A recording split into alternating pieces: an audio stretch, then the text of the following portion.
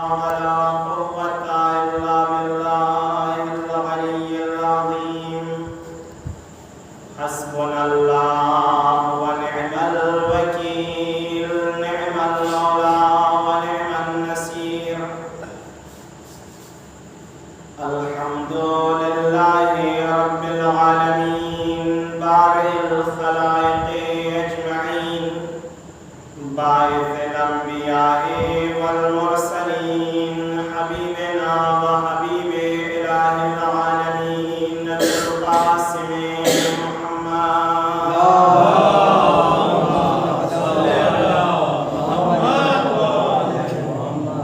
وآله الطيبين الطاهرين المعصومين المظلومين المنتجبين المنتخبين الميامين، لا سيما بقية الله في الأرضين، روحي وأرواح العالمين على تراب مقدمه الفداء.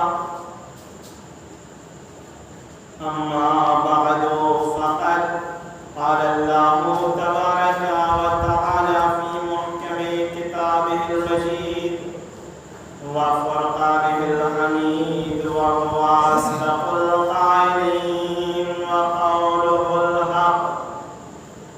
بسم الله الرحمن الرحيم. شهر رمضان الذي أنزل فيه القرآن هدى للناس وبينات من الهدى والفرقان. صلاة محمد. اللهم صل على محمد وآل محمد. عزیزان محترم، برادران ملت، میرے معزز سامعین،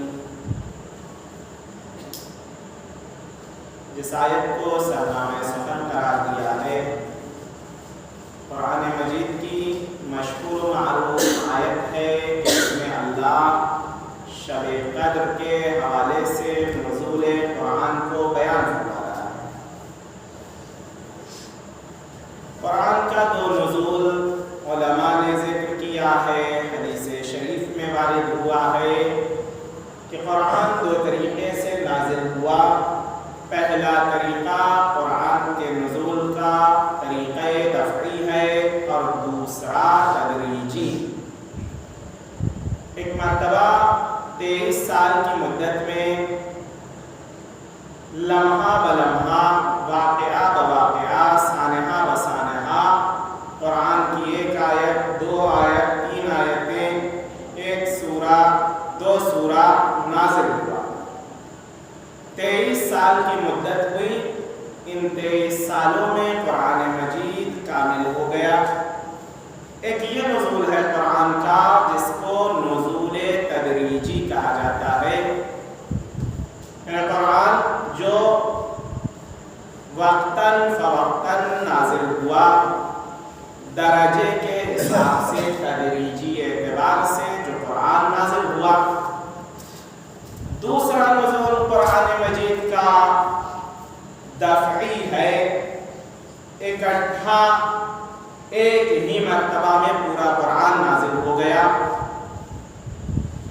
جس آیت کو آپ کے سامنے پیش کیا، اس آیت میں نزول قرآن کے حوالے سے گفتگو ہو رہی ہے. جیسا کہ مشہور یہ ہے 23 سال کی مدت میں قرآن نازل ہوا، لیکن آیت یہ کہہ رہی ہے شہر رمضان، ماہ رمضان کا مہینہ، ماہ رمضان جس میں قرآن کو نازل کیا گیا. اور یہ قرآن لوگوں کے لیے ہدایت بھی ہے اور بینات بھی اور کھلی ہوئی دلیل و ثبوت و استدلال قرآن مجید ہے. اس آیت میں نزول دفعی کا ذکر ہوا ہے، یعنی قرآن ایک مرتبہ 23 سال کی مدت میں نازل ہوا اور ایک مرتبہ اکٹھا نازل ہوا ہے. اکٹھا نزول کا وقت شب قدر ہے، ماہ مبارک ہے. ماہ مبارک میں بھی شب قدر اکٹھا نازل ہونے کا وقت ہے. اور اللہ اس آیت میں اسی چیز کی طرف اشارہ کر رہا ہے